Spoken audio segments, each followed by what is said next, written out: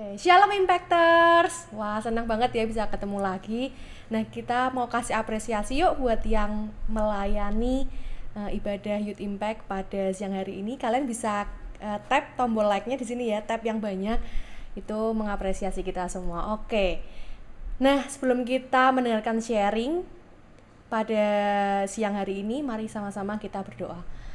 Tuhan Yesus, terima kasih untuk berkat-Mu dalam kehidupan kami. Terima kasih Tuhan untuk kesempatan yang Kau beri kami dapat berkumpul, beribadah bersama melalui live IG ini. Biarlah Kau memberkati sharing yang akan kami dengarkan, biarlah dapat menjadi kekuatan bagi kita semua. Terima kasih Tuhan, hanya di dalam nama Tuhan Yesus Kristus kami sudah berdoa dan mengucap syukur. Haleluya, amin. Nah, masih dengan tema yang sama di bulan ini, yaitu True Freedom. Nah, sharing siang ini saya beri judul yaitu Free Will atau kehendak bebas. Nah, sudah pada tahu belum ya kehendak bebas itu apa? Jadi definisi kehendak bebas itu adalah hak seseorang untuk mengambil sikap tanpa adanya paksaan dari pihak manapun, yang berarti seseorang itu benar-benar merdeka. Nah, untuk lebih jelasnya lagi, mungkin kita langsung ke contohnya ya. Contoh konkretnya dalam kehidupan sehari-hari, pasti teman-teman juga pernah mengalami ini, bahkan setiap hari. Pilihan untuk mau main atau mau belajar. Kemudian teman-teman juga harus memutuskan mau main HP berapa lama misalnya. Kemudian mau nonton konten yang seperti apa. Kemudian juga bisa yang biasanya dari kecil kita dengar adalah nanti kalau besar mau jadi apa, cita-citanya apa. Itu semua kehendak teman-teman, kebebasan teman-teman untuk memilih mau jadi apa. Kemudian misalnya ada suatu kasus, teman-teman harus bohong atau jujur. Nah, itu adalah kehendak teman-teman juga untuk mau bohong atau jujur, berbuat baik atau berbuat jahat. Jadi itu definisi dari kehendak bebas. Nah, kemudian sebagai orang Kristen biasanya kita selalu mendengarkan kehendak Tuhan itu jauh lebih baik dari kehendak kita. Jadi kita mendengarkan kehendak Tuhan. Nah, sedangkan tadi kita belajar mengenai kehendak bebas. Jadi sebenarnya sebagai pengikut Kristus, kita itu benar-benar punya nggak sih kehendak bebas? Jawabannya sangat gampang, yaitu ya, kita punya. Buktinya ada di awal mula penciptaan. Ketika Tuhan menciptakan manusia, Tuhan itu memberikan mandat kepada manusia untuk memberi nama hewan, tumbuhan, merawat dan mengusahakan Taman Eden. Jadi Tuhan itu memberikan kebebasan kepada manusia untuk mengusahakan Taman Eden. Gitu. Wah, berarti asik ya sebagai orang Kristen kita punya kebebasan. Tuhan tuh sudah benar-benar kasih kebebasan ke kita. Tapi tunggu dulu, apakah kebebasan itu benar-benar bebas? Kita lihat di Kejadian 2 ayat 16 sampai 17. Yuk dibuka Alkitabnya, Kejadian 2 ayat 16 sampai 17. Lalu Tuhan Allah memberi perintah ini kepada manusia. Semua pohon dalam taman ini boleh kau makan buahnya dengan bebas. Tetapi pohon pengetahuan tentang yang baik dan yang jahat itu janganlah kau makan buahnya. Sebab pada hari engkau memakannya pastilah engkau mati. Perhatikan di ayat ini, kita bisa perhatikan bahwa Tuhan Allah berfirman, semua pohon dalam taman ini boleh kau makan buahnya dengan bebas. Dengan bebas. Jadi Adam dan Hawa mau makan satu pohon, semua buah di pohon itu boleh. Mau makan semua buah dari macam-macam pohon yang di situ sangat bebas, boleh. Tetapi Tuhan memberikan batasan.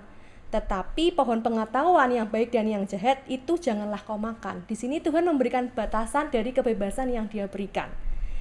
Nah, Tuhan gak hanya memberikan batasan loh teman-teman, tapi Tuhan juga memberikan konsekuensi setelah itu. Konsekuensinya apa? Sebab pada hari engkau memakannya, pastilah engkau mati. Jadi di sini agak berpikir ya, kita diberikan kehendak bebas, tapi Tuhan juga memberikan batasan. Dan Tuhan memberikan konsekuensi kalau kita tidak mengikuti batasan yang Tuhan berikan. Sama halnya dalam kehidupan sehari-hari kita. Kita bisa memilih, kita bisa menentukan, oh satu harian ini aku mau nonton YouTube, aku mau nonton TikTok, aku mau main gadget, mau main Mobile Legends, PUBG dan sebagainya. Boleh, 1 hari itu boleh. Tapi teman-teman juga harus bisa membagi waktu. Yang artinya ketika teman-teman 1 harian main, pasti teman-teman dapat konsekuensinya. Siapa yang di sini kalau seharian main gadget dimarahin sama orang tuanya? Nah, pasti kalau kita seharian main gadget atau seharian kita melakukan hal yang kurang berguna, pasti orang tua kita juga akan marah. Kemudian ada juga konsekuensi yang lain. Waktu belajar kita jadi waktu main kita. Jadi kita nggak bisa belajar dengan baik. Akibatnya nilai kita menurun. Nah, hal-hal seperti itulah yang kita alami dalam kehidupan kita mengenai kehendak bebas yang kita miliki. Jadi Tuhan itu memberikan kebebasan, tapi Tuhan juga memberikan batasan. Batasannya dalam bentuk firman Tuhan. Nah, mengapa Tuhan memberikan batasan? Yang ada 2 jawaban. Yang pertama, supaya hidupmu itu nggak rusak dan kamu juga nggak merusak hidup orang lain. Jadi dengan adanya batasan, walaupun Tuhan memberikan kebebasan, Tuhan memberikan batasan supaya hidupmu itu nggak rusak dengan bebasnya yang kamu punya. Dan kamu juga nggak merusak kebebasan orang lain. Nah, kemudian yang kedua, kenapa Tuhan memberikan batasan? Menurut saya batasan itu hadir untuk memangkas hal-hal yang kurang berguna dari hidup kamu.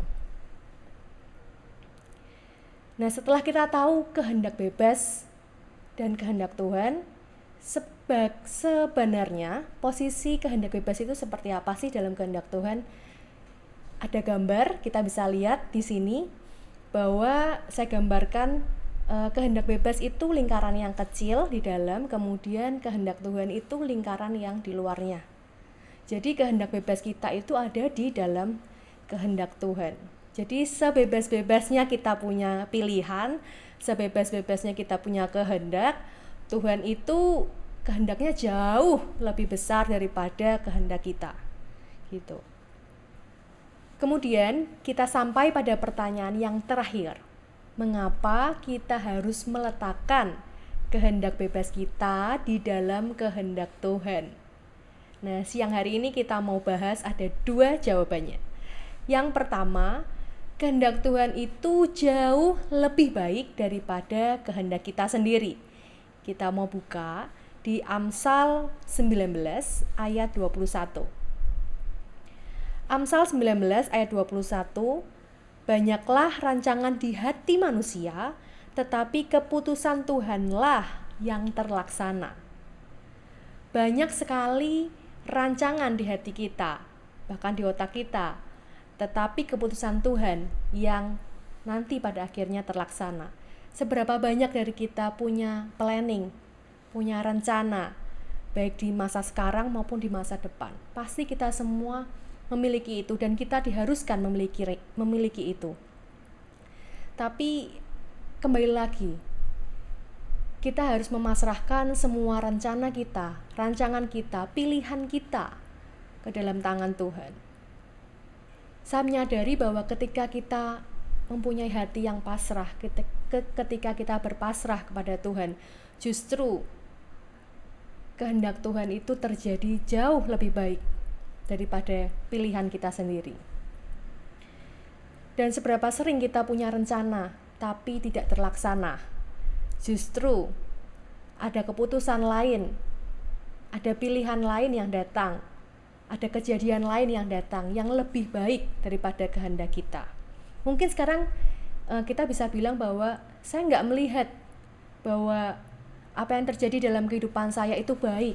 Tapi percayalah teman-teman, ketika nanti teman-teman melihat kembali ke belakang, percayalah bahwa kehendak Tuhan, apa yang Tuhan pilihkan untuk teman-teman saat ini itu sudah sungguh baik untuk kehidupan teman-teman. Karena Dia yang lebih mengerti apa yang kita butuhkan.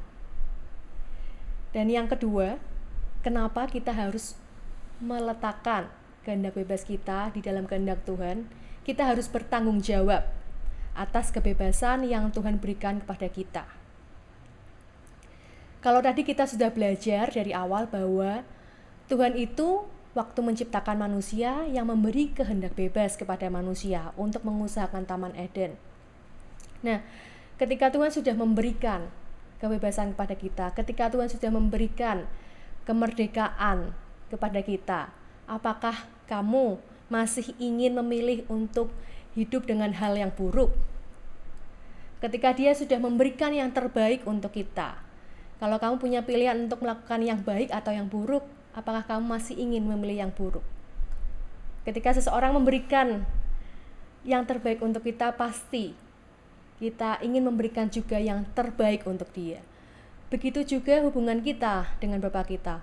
Ketika Tuhan Yesus sudah memberikan nyawanya bahkan untuk kemerdekaan kita, untuk kebebasan kita, mari sama-sama berikan yang terbaik untuk Tuhan Allah kita. Mari kita mau buka di Yohanes 15 ayat 5 dan 7. Ayat 5, akulah pokok anggur dan kamulah ranting-rantingnya. Barang siapa tinggal di dalam aku dan aku di dalam dia, ia berbuah banyak. Sebab di luar aku, kamu tidak dapat berbuah apa-apa. Ayat 7, jikalau kamu tinggal di dalam aku dan firmanku tinggal di dalam kamu, mintalah apa saja yang kamu kehendaki dan kamu akan menerimanya. Saya mau katakan bahwa ketika kita melakukan kehendak kita dengan bertanggung jawab, Tuhan juga akan memberikan yang terbaik untuk kita. Jadi jangan lakukan kehendak bebasmu dengan sebebas-bebasnya, tapi lakukan kehendak bebasmu dengan bertanggung jawab. Pertanyaannya yang bisa kita refleksikan dan kita bisa bahas di komunitas kita adalah, apakah kamu sudah meletakkan kehendak bebasmu di dalam kehendak Tuhan? Saya mau closing dengan ini, bahwa jangan pisahkan kehendakmu dengan kehendaknya. Letakkan kehendakmu di dalam kehendak dan kedaulatan Tuhan. Semoga sharing siang ini bisa memberkati kita semua, menguatkan kita semua, dan sama-sama kita mau tutup dalam doa.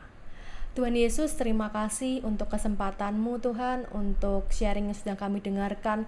Biarlah itu bisa menguatkan kami semua, biarlah kami dapat mengatur kehendak kami Tuhan, supaya kami dapat meletakkan kehendak kami dalam kehendak-Mu Tuhan, sebab kami percaya kehendak-Mu jauh lebih baik dari apapun juga.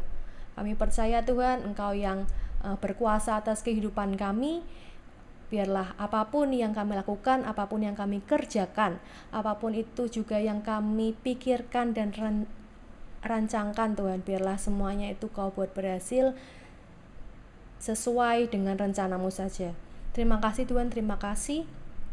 Biarlah Engkau juga memberkati sekolah kami, pekerjaan kami, keluarga kami, kesehatan kami semua Tuhan. Hanya di dalam nama Tuhan Yesus Kristus kami sudah berdoa dan mengucap syukur. Haleluya, amin. Selamat hari Minggu buat kita semua. Tuhan Yesus memberkati.